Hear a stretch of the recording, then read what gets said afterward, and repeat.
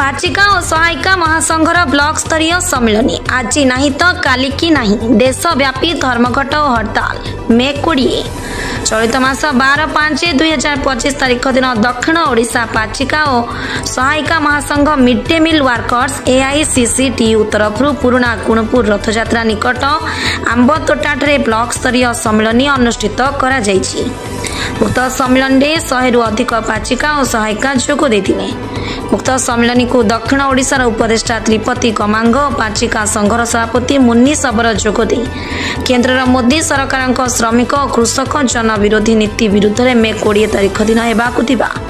देशव्यापी धर्मघट और हड़ताल सफल करने आह्वान देथिले। पाचिका और सहायिका मानक रेगुलार करने सह मासिक 26,000 टंका और पेंशन 15,000 टंका लागू करने पाचिका मानक वर्ष को 10 मास परिवर्ते 12 मासर पारिश्रमिक प्रदान करने पाचिका मानक सामाजिक निरापत्ता प्रदान करने पाचिका मानक आक्रोशमूलक छटई बंद करने पाचिका मानक छुट्टी प्रदान और वर्ष को 2 हल शाढ़ी प्रदान करने 60 वर्ष पर बाद पड़ता पाचिका मानक पेंशन लागू करने बिजुली टिकस बंद करने 4टी श्रम आईन बातिल करने घरोईकरण बंद करने कृषक विरोधी कृषि आईन बातिल करने OPS को लागू करने और NPS और UPS को बातिल करने 3टी आपराधिक कला आईन बातिल करने कॉर्पोरेट लूट बंद करने उपस्थित थिले। मुन्नी सबर दक्षिण ओडिशा पाचिका और सहायिका महासंघ जिला सभापति मुक्तिलता सपर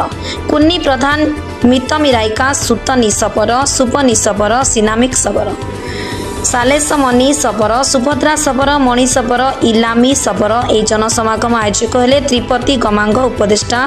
दक्षिण ओडिशा पाचिका और सहायिका महासंघ रायगड़ा गुणपुर ओडिशा। मोना त्रिपति गमांग दक्षिण ओडिशा पाचिका सहायक संघर उपदेष्टा आज गुणुपुर ब्लॉक रो समस्त पाचिका मानकर होची एक सम्मेलन अनुष्ठित करा जायछि। कारण दीर्घ वर्ष धरिक दक्षिण ओडिशा रे पाचिका सहायक मानकर दुख एवं कष्ट सरकार को अवगत करा जायछि। सेथिरे मुख्य दाबी रही स्कूल रे पिला मानकु रोसई टू आरंभ कर भात खुआ पर्यंत पाचिका सहायक मानकर दायित्व किंतु तांकर मासिक दरमा होची 2,000 रु कम।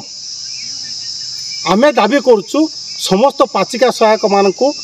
26,000 टंका मासिक करा जाऊ। इटा केंद्र सरकार आईन अच्छी किंतु आईन को खिलाफ करी केंद्र सरकार ओडिशा सरकार चापी दउचंती। अन्य पक्षर होची पाचिका सहायक मानकु स्थायी नियुक्ति दिया जाऊ से मासिक सूता लुगा जगै दिया जाऊ छुट्टी प्रदान करा जाऊ सामाजिक सुरक्षा आईन रे से प्रदान करा जाऊ एवं नंदी फाउंडेशन भली जो माने भात रांधुचंती पाचिका मानकु तांको प्राइवेट देदेवा पर नंदी फाउंडेशन को ओडिशा सरकार योजना करछि ताको प्रत्याहार करा जाऊ। जदि न करंती ए दाबी सरकार न शुणती चलित मास मे 20 तारीख दिन सारा भारत वर्ष रे धर्मघट हड़ताल करा जिवो सेतिपार होची ओडिशा सरकार और केंद्र सरकार दायी रही। मो पाचिकार सभापति भाव में मो काम करे आमे गत गुणपुर रायगड़ा जिला प्रतिनिधि श्री तेली नायक का रिपोर्ट सबुदिन टीवी।